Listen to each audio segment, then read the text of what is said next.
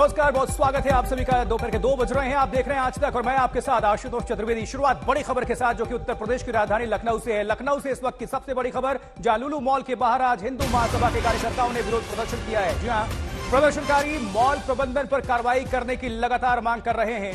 लखनऊ में लुलु मॉल के बाहर ये उग्र प्रदर्शन, मॉल के अंदर जिस तरह से नमाज का वीडियो वायरल हुआ उसको लेकर हिंदू संगठनों में कड़ा ऐतराज, रोष है। हिंदू महासभा के कार्यकर्ताओं का यह प्रदर्शन इस वक्त की बड़ी खबर राजधानी लखनऊ से, उत्तर प्रदेश की राजधानी लखनऊ से, जहां मॉल में नमाज पढ़े जाने के खिलाफ ये गुस्सा है और जय श्री राम के नारे भी लगा रहे थे प्रदर्शनकारी। वहीं लुलु मॉल के बाहर विरोध प्रदर्शन, लखनऊ से इस वक्त की सबसे बड़ी खबर। और ये जो वीडियो देख रहे हैं, जो वायरल वीडियो हुआ, उसके बाद से हिंदू संगठनों ने इस पर कड़ा ऐतराज जाहिर किया। उनका कहना था कि ये मॉल है या फिर मस्जिद। लखनऊ में लुलु मॉल के बाहर उग्र प्रदर्शन। और इस खबर पर ज्यादा जानकारी के लिए सीधा रुख करते हैं लखनऊ का, जहां लुलु मॉल के बाहर हमारे साथ हमारे सहयोगी संतोष शर्मा जुड़ चुके हैं। संतोष, क्या जानकारी, क्या तस्वीरें, क्या गतिविधियां? देखिए, लुलु मॉल के बाहर कल से ही जिस तरीके से हो रहा था कि कुछ हिंदूवादी संगठन यहां पे प्रदर्शन करेंगे, उसके बाद से एहतियात के तौर पर पुलिस फोर्स तैनात की गई थी। आज भी पुलिस फोर्स तैनात थी, लेकिन उसी बीच में कुछ प्रदर्शनकारी अपने हाथ में जय श्री राम और जय हनुमान के झंडे लेकर यहां पर प्रदर्शन करने पहुंचते हैं और उसके बाद यूं कहा जाए कि पुलिस प्रशासन के हाथ पैर फूल जाते, क्योंकि जिस तरीके से बीते कुछ दिनों से लगातार विवाद बढ़ता जा रहा है। लुलु मॉल के अंदर से जो नमाज पढ़ने का वीडियो, एक पहला वीडियो आता है, फिर उसके बाद दूसरा वीडियो वायरल होता है, उसके बाद हिंदूवादी संगठन लगातार प्रदर्शन की बात करते हैं और प्रदर्शन भी करते हैं। लेकिन आज शनिवार को कहा गया कि तमाम पुलिस फोर्स मौजूद थे, आला अधिकारी मौजूद थे, लेकिन उसके बाद भी अगर यहाँ पर प्रदर्शन होता रहा तो कहीं ना कहीं यहाँ पर पुलिस प्रशासन के लिए अप्रिय स्थिति थी। लेकिन आज ये सुरक्षा के इंतजाम और बढ़ा दिए गए हैं, पैरामिलिट्री फोर्स यहाँ पर मौजूद है। पीएसी अगर जो कहा जाए, उत्तर प्रदेश की जो तस्वीरों को भी मौजूद है, आसपास की तस्वीरों को भी जरा दिखा दीजिए, किस तरह से तस्वीरें सामने निकल कर आ रही हैं, जिस तरह से उनको प्रदर्शन हुआ वो भी जरा दिखाएं।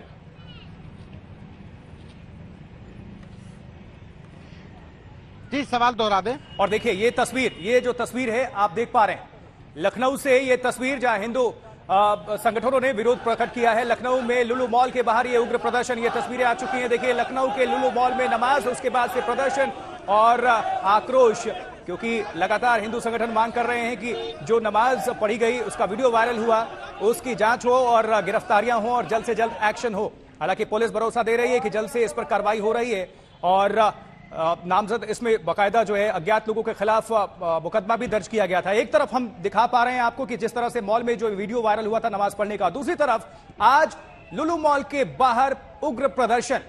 और ये देखिए तस्वीरें, 2 तस्वीरों को भी आप तक हम पहुंचा रहे हैं। नमाज का जो वायरल वीडियो, उसके बाद से प्रदर्शनकारी यहां पर पहुंचे हुए हैं। वहीं पुलिस के हाथ पांव फूले हुए हैं निश्चित तौर पर। और इसके पहले हिंदू संगठनों ने यहां पर कहा था, ऐलान किया था कि वो हनुमान चालीसा का पाठ करेंगे। हालांकि वो बाद में मान गए थे समझाने के बाद पुलिस प्रशासन की तरफ से। संतोष शर्मा लगातार जानकारी दे रहे हैं, हमारे संवाददाता जुड़े हुए हैं। संतोष, ये प्रदर्शनकारी आखिर क्या कह रहे हैं, क्या है इनकी मांग? देखिए, इनकी सीधे से मांग है कि लुलु मॉल के अंदर जिस तरीके से नमाज अदा की जा रही है, तमाम जो सोशल मीडिया पर तथ्य वायरल हो रहे हैं, हालांकि उनका कोई वेरीफाई नहीं कर पा रहा है, लेकिन इतना जरूर है कि उनको जो व्हाट्सएप और जो सोशल मीडिया पर जो जानकारियां मिल रही हैं उसको लेकर के उनको ऐतराज है। ये अलग बात है कि लुलु मॉल प्रशासन ने सुशांत गोल्ड सिटी में उन लोगों के खिलाफ एफआईआर दर्ज कराई जिन्होंने मॉल के अंदर नमाज अदा की थी। और सबसे अहम बात, जो महत्वपूर्ण तथ्य हम बताना चाहेंगे कि कल जो प्रदर्शनकारी यहाँ पर आए थे उनमें 4 लोग गिरफ्तार किए गए। उसमें से एक वो प्रदर्शनकारी था जो लुलु मॉल के अंदर घुस करके नमाज अदा करने की कोशिश कर रहा था, जिसको लुलु मॉल के प्रशासन ने दबोचा। यानी कि पुलिस गेट पर मौजूद है कि ताकि कोई हिंदूवादी संगठन अंदर पहुंचकर सुंदरकांड या हनुमान चालीसा का पाठ न करने पाए, क्योंकि सार्वजनिक जगह है, लोग अपने परिवारों के साथ आ रहे हैं, छुट्टी वाले दिन आ रहे हैं, वीकेंड है आज, तो लोग आ रहे हैं। ऐसे में सार्वजनिक जगहों पर अगर धार्मिक अनुष्ठान होने लगेगा तो उनके लिए समस्या हो जाएगी। इसीलिए पुलिस गेट पर मौजूद है, लेकिन अंदर लुलु मॉल का प्रशासन भी मौजूद है, सिक्योरिटी गार्ड्स मौजूद है। किसी भी व्यक्ति को बिना पूछताछ के अंदर नहीं जाने दिया जा रहा है। पुलिस के आला अधिकारी, additional DCP south, DCP south, ACP Gosainganj, तमाम जो पुलिस के आला अधिकारी हैं वो यहाँ पर मौजूद हैं।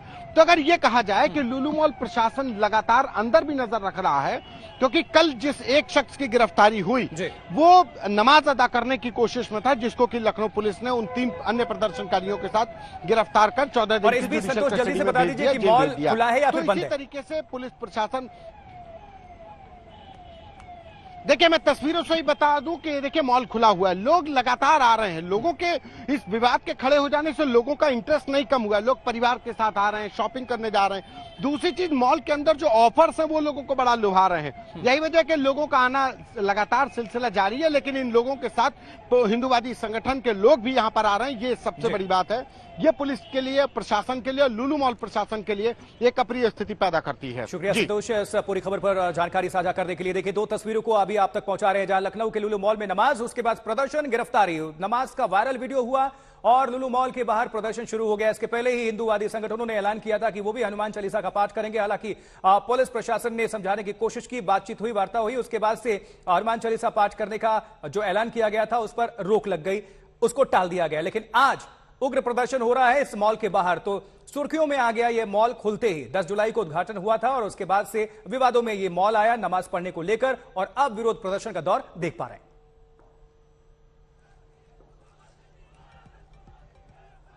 और इस बीच पीएफआई को लेकर लगातार बड़े खुलासे हो रहे हैं। आज तक आपको लगातार पीएफआई का कच्चा चिट्ठा खोलने वाले खुलासे कर रहा है। बड़ा खुलासा यह है कि पीएफआई भारत सरकार से प्रतिबंध के डर से अलग अलग नामों से फैल रहा है, प्रोपेगेंडा फैला रहा है।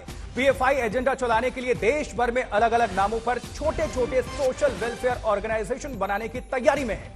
यह गंभीर है, मामला काफी गंभीर है। समझिए, इन समितियों को स्थानीय रजिस्ट्रार कार्यालयों में पंजीकृत भी कराया जाएगा और पीएफआई के टॉप आतंकी इस प्लान पर एक्शन में लगे हुए हैं। प्रतिबंधित आतंकी समूह सिमी का प्रमुख संगठन माना जा रहा है पीएफआई। एंटी सीएए और एनआरसी के दौरान दंगे हुए थे, उसमें दिल्ली पुलिस और उत्तर प्रदेश पुलिस की जांच में भी पीएफआई का नाम दंगों की साजिश रचने में सामने आया था। तो पीएफआई की साजिश को लेकर एक और बड़ा खुलासा लगातार हो रहा है। यह खुलासा और अलग अलग नाम से साजिशें रचा जा रहा है पीएफआई की तरफ से, सूत्रों के मुताबिक जानकारी। और इस खबर पर ज्यादा जानकारी के लिए अरविंद ओझा हमारे साथ जुड़ चुके हैं। अरविंद, किस तरह से जानकारी सामने आ रही है, क्योंकि मामला बेहद गंभीर है? जी बिल्कुल बेहद गंभीर है। और देखिए, आज तक के पास इंटेलिजेंस अलर्ट की कॉपी भी है, जिसमें ये बताया गया है कि किस तरीके से जो पॉपुलर फ्रंट ऑफ इंडिया है और उसका जो पॉलिटिकल विंग है एसडीपीआई, किस तरीके से चूंकि हर स्टेट में इन पर दबाव पड़ रहा है और बैन करने का इनको ये डर सता रहा है, जिसके बाद ये अलग अलग नाम से ऑपरेट कर रहे हैं। और इसी का नतीजा है कि बिहार में जो मॉड्यूल बस्ट किया है बिहार पुलिस ने, उसमें भी जो इस संगठन के लोग थे जो अरेस्ट हुए हैं, वो अलग अलग वेबसाइट बनाकर अलग अलग तरीके से ब्रेन वॉश करने का काम कर रहे थे। तो जो इंटेलिजेंस अलर्ट जारी किया गया था, उसके बाद बिहार पुलिस अब इस इंटेलिजेंस को कॉर्पोरेट करके अलग तरीके से नए सिरे से जांच कर रही है, क्योंकि बड़े लेवल पर खुलासा हुआ है आशुतोष, और इसमें कई लोगों की गिरफ्तारी हुई है। कई ऐसे लोग हैं जिन्होंने गजवाए हिंद नाम का वेबसाइट व्हाट्सएप चैट बनाया था, जिसमें कई पाकिस्तानी और दूसरे देशों के लोग मौजूद थे, और जिसमें बाकायदा 2023 में ये भी बातचीत आई थी कि 2023 में नए सिरे से जिहाद करना है, जिसको लेकर एजेंसीज अलर्ट पर है कि क्या कुछ नए नामों से नए संगठन बनाकर गुमराह करने के लिए एजेंसियों को यह रणनीति अपनाई है पॉपुलर फ्रंट ऑफ इंडिया ने। बहुत शुक्रिया अरविंद इस पूरी खबर पर अपडेट साझा करने के लिए। और ज्यादा जानकारी के लिए रुक कर लेते हैं श्रेया चटर्जी का, हमारे साथ हमारी सहयोगी जुड़ चुकी है। श्रेया, जिस तरह से पाकिस्तान इसके अलावा बांग्लादेश और दूसरे देशों से इसका तार जुड़ रहा है और दक्षिण का ये प्लान इंप्लीमेंट करने की कोशिश बिहार में, लेकिन पूरे देश से अभी जानकारी मिल रही है कि हो सकता है कि और ठिकानों पर अभी छापेमारी हो, कुछ और लोगों को गिरफ्तार किया जा सकता है, क्योंकि ये मामला सिर्फ बिहार तक सीमित नहीं है। बिल्कुल ये मामला बिल्कुल भी बिहार तक सीमित नहीं है। और जो इंटेल एजेंसीज की अभी की रिपोर्ट में आई है, वो बहुत ही क्लियरली ये एस्टैब्लिश किया गया है कि पीएफआई, क्योंकि वो ये सोच रहे हैं कि उनको बैन कर दिया जाएगा, वो छोटे छोटे अन्य एनजीओ रजिस्टर कर रहे हैं ताकि अपना कार्डर जो है वो लूज ना करे। तो कहीं ना कहीं उनका जो मोटो है वो कहीं ना कहीं टूट ना जाए, इसके लिए उनका ये नया तरीका है। और इसके लिए हम बिहार में भी देख रहेंगे कि कैसे जो जांच है वो कहीं ना कहीं बदलेगी, और बिहार पुलिस ये भी जांच करेंगी क्या ऐसे छोटे छोटे ऑर्गेनाइजेशन ऑलरेडी रजिस्टर हो चुके हैं जो कि पीएफआई के मॉड्यूल के अंदर है, वो भी इन्वेस्टिगेट किया जाएगा। क्योंकि जो मेन मोटो है पीएफआई का, वो अपने कार्डर को बूस्ट अप रखने के लिए, ताकि वो डिमोटिवेट ना हो, उनका ये स्ट्रैटेजी नया है कि वो अपने बड़े ऑर्गेनाइजेशन को छोटे छोटे ऑर्गेनाइजेशन में ऑल ओवर इंडिया तब्दील करे और उनके जो कैडर है उनको प्रोटेक्ट कर सके। तो कहीं ना कहीं जो आपने बिल्कुल सही कहा, ये बिहार तक तो बिल्कुल लिमिटेड नहीं है, ये एक पैन इंडिया कॉन्स्पिरेसी है जो अभी इंटेलिजेंस की रिपोर्ट में सामने आया है। शुक्रिया श्रेया, इस पूरी खबर पर नजर बनाने के लिए। आप नजर बनाकर रखें। देखिए, इस बीच पटना के फुलवारी शरीफ में 48 घंटे में दूसरे मामले में एक और संदिग्ध आतंकवादी पकड़ा गया है। फुलवारी शरीफ में एक घर पर पटना की एटीएस ने छापेमारी की तो एसडीपीआई से जुड़े तमाम दस्तावेज बरामद हो गए। एक संदिग्ध आतंकी दानिश उर्फ ताहिर पकड़ा गया जो 2023 में सीधे जिहाद की प्लानिंग कर रहा था, साजिश रच रहा था और इसके लिए गजवाए हिंद नाम से ग्रुप भी बनाया गया था। 150 से ज्यादा लोगों के ग्रुप में यह साजिश पनप रही थी। ताहिर के खतरनाक इरादे थे। उसका नाता पाकिस्तान के गजवाए हिंद और तहरीके लब्बैक से था। और इस खबर पर अपडेट हासिल करने के लिए सुजीत झा बिहार से हमारे साथ हमारे सहयोगी जुड़ रहे हैं। सुजीत, किस तरह से इस नेटवर्क का पर्दाफाश हुआ है और जांच एजेंसियां किस तरह से आगे की कार्रवाई कर रही हैं? अब तक कुल कितनी गिरफ्तारियां? देखिए, अभी तक की जो गिरफ्तारी की बात आप कर रहे हैं तो 3 गिरफ्तारी मानी जा रही है। पुलिस ने भी इसको कंफर्म किया है। जो 2 पहले संदिग्ध गिरफ्तार हुए थे प्रधानमंत्री यात्रा से पहले, अतहर और सलाउद्दीन जलालुद्दीन, माफ कीजिएगा, जलालुद्दीन 2 थे और एक अरमान मलिक को गिरफ्तार किया पुलिस ने बाद में कल। तो कुल मिलाकर 3 गिरफ्तारी हुई। एक अलग गिरफ्तारी हुई है दानिश की, जो वो व्हाट्सएप ग्रुप चला रहा था गजवाए हिंद का। उसमें बहुत सारी बातें, अब तक जो कनेक्शन पाकिस्तान से नहीं जुड़ रहा था, इस व्हाट्सएप ग्रुप से पाकिस्तान से भी कनेक्शन जुड़ गया है। उसमें बांग्लादेश के भी लोग शामिल हैं। कुल 181 मेंबर थे उस व्हाट्सएप ग्रुप में। तो ये कुल मिलाकर देखा जाए तो ये पूरा जो इनका हम कह सकते हैं कि मोडस ऑपरेंडी है कि पूरे बिहार में, हम देश की भी बात कर सकते हैं, लेकिन बिहार में जिस तरह से ये फैलाव इसका हुआ है और 26 लोगों को कुल मिलाकर इसमें एफआईआर दर्ज की गई है। 23 लोग अभी भी फरार हैं और लगातार पुलिस उनकी छापेमारी, उनको गिरफ्तार करने के लिए छापेमारी कर रही है। चकिया में, पूर्वी चंपारण के चकिया में भी छापेमारी हुई, मधुबनी में छापेमारी हुई, अररिया में छापेमारी हुई। तो लगातार छापेमारी पुलिस कर रही है। पीएफआई के गिरफ्तारियां टोटल 3 है या फिर संख्या 5 है? देखिए, 3 गिरफ्तारी की बात अभी कर रहे हैं। बहुत लोगों को उठाया गया है पूछताछ के लिए और उससे पूछताछ भी की जा रही है। जैसे कि एसडीपीआई के कल दफ्तर पर छापेमारी हुई, वहां पे 3 लोगों को उठाया गया था और उनको पूछताछ के बाद बॉन्ड भरवा के उनको छोड़ दिया गया। तो कुल मिलाकर अभी जो कंफर्म किया जा रहा है वो 3 गिरफ्तारी है और एक दानिश का, तो 4 गिरफ्तारी हम मान सकते हैं। बहुत शुक्रिया सुजीत इस पूरी खबर पर अपडेट साझा करने के लिए। देखिए, पटना में एक के बाद एक 2 साजिशों का खुलासा होता है। पटना के फुलवारी शरीफ में बैठे संदिग्ध आतंकवादियों के तार पाकिस्तान से लेकर यमन से जुड़े थे। देश के खिलाफ बड़ी बड़ी साजिशें रची जा रही थी और गजवाए हिंद नाम से व्हाट्सएप ग्रुप भी बनाए गए थे, जिनमें 2023 में जिहाद की साजिश थी, प्लानिंग थी। ऐसे दस्तावेज भी बरामद हुए हैं जिनमें 2047 में भारत को इस्लामी राष्ट्र बनाने के मंसूबे पाले जा रहे थे।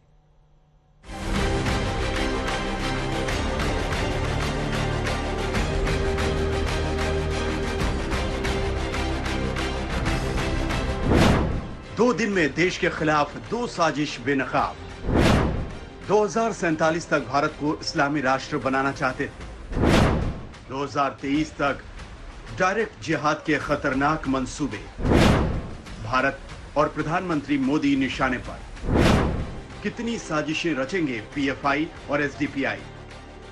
ये सबूतों का जखीरा है, ये दस्तावेजों का पुलिंदा है, ये कागज नहीं, देश में आग लगाने के मंसूबे का प्लान है। पटना के फुलवारी शरीफ में 2 दिन में 2 साजिशों का खुलासा हुआ है। हर साजिश का सिरा जाकर पीएफआई और एसडीपीआई से जुड़ रहा है। हर साजिश खतरनाक मंसूबों वाली है। पहले ताजा मामले के बारे में आपको बताते हैं। फुलवारी शरीफ के घर पर पटना की एटीएस ने छापा मारा तो एसडीपीआई से जुड़े तमाम दस्तावेज मिले और साथ में मिला एक साजिश रचने वाला संदिग्ध आतंकी दानिश उर्फ ताहिर। ये वो शख्स है जो 2023 में सीधे जिहाद की प्लानिंग कर रहा था। 150 से ज्यादा लोगों के ग्रुप में ये साजिश पक रही थी। इस बारे में आपको बताएं उससे पहले इस व्हाट्सएप चैट को देखिए। ये देश के खिलाफ पक रही साजिश का सबसे खतरनाक एंगल है। इसमें लिखा है, कोई फायदा नहीं है AIMIM को सपोर्ट करने का, अब डायरेक्ट जिहाद करेंगे 2023 में, खिलाफत का ऐलान हम इंडियन मुस्लिम करेंगे। तो दानिश उर्फ ताहिर देश के खिलाफ बड़ी साजिश रच रहा था।